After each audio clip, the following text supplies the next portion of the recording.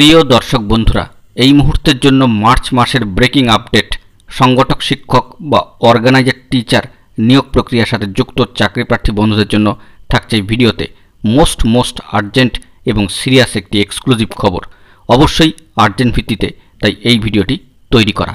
ভিডিওটিকে অবশ্যই সম্পূর্ণ শেষ পর্যন্ত শুনে বোঝার চেষ্টা করবেন ও ভিডিওটিকে শেষ পর্যন্ত দেখে নেবেন। অবশ্যই চ্যানেলটিকে সাবস্ক্রাইব করে নিয়ে সঙ্গে থাকবেন। চলুন আমরা মূল আলোচনায় প্রবেশ করে সম্পূর্ণ মোটিভেটেড ভিডিওটিকে আপনাদের সামনে তুলে ধরার চেষ্টা করি। বন্ধুরা, সংগঠক শিক্ষক বা অর্গানাইজার টিচার রিলেটেড নিয়োগ প্রক্রিয়ার সাথে যুক্ত যে সমস্ত চাকরি প্রার্থী বন্ধু রয়েছেন তাদের ক্ষেত্রে একটি বিষয় অবগত করানো অত্যন্ত প্রয়োজন যে লোকসভা ভোট আসন্ন ছিল এবং মার্চ মাসটি একটা টার্নিং পয়েন্ট। ইতিপূর্বে আপনাদেরকে জানিয়েছিলাম যে মার্চ মাসে একাধিক খবরাখবর উঠে আসার সম্ভাবনা জায়গা থাকছে এবং অনেকেই কিন্তু কমেন্ট সেকশানে কমেন্ট করে পাশাপাশি বিভিন্নভাবে কিন্তু জানতে চাইছেন যে মার্চ মাসের ক্ষেত্রে কী ধরনের টার্নিং পয়েন্ট আসতে চলেছে। নিয়োগ প্রক্রিয়ার ক্ষেত্রে এই মার্চ মাস বিভিন্নভাবে বিভিন্ন দিক থেকে একটু গতি প্রকৃতি বদলানোর দিকে কিন্তু এগোচ্ছে।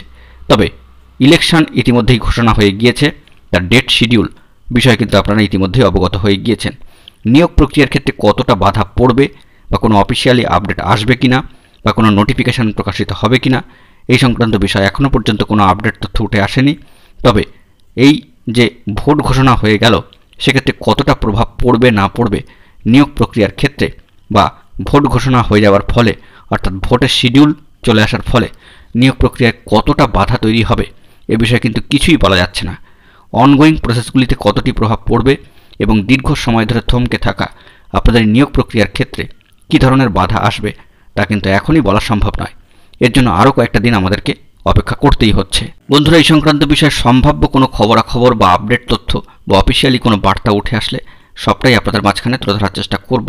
তবে এখনও পর্যন্ত এটুকু জানিয়ে রাখি যে যেহেতু আপনাদের নিয়োগ প্রক্রিয়াটি দীর্ঘ কয়েক বছর ধরে থমকে থাকা একটি নিয়োগ প্রক্রিয়া, বলা যেতে পারে সাউথ 24 পরগনা 2009 প্রাইমারি রিক্রুটমেন্ট প্রসেসের মতোই, যেটা কিনা দীর্ঘ 13 বছর ধরে থমকে ছিল।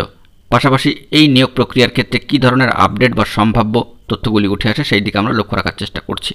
অনগোয়িং রিক্রুটমেন্ট প্রসেসগুলিতে কতটা প্রভাব আসবে এবং থমকে থাকা নিয়োগ প্রসেসে কী ধরনের প্রভাব পড়বে তা জানার জন্য আমাদেরকে অপেক্ষা করতে হবে।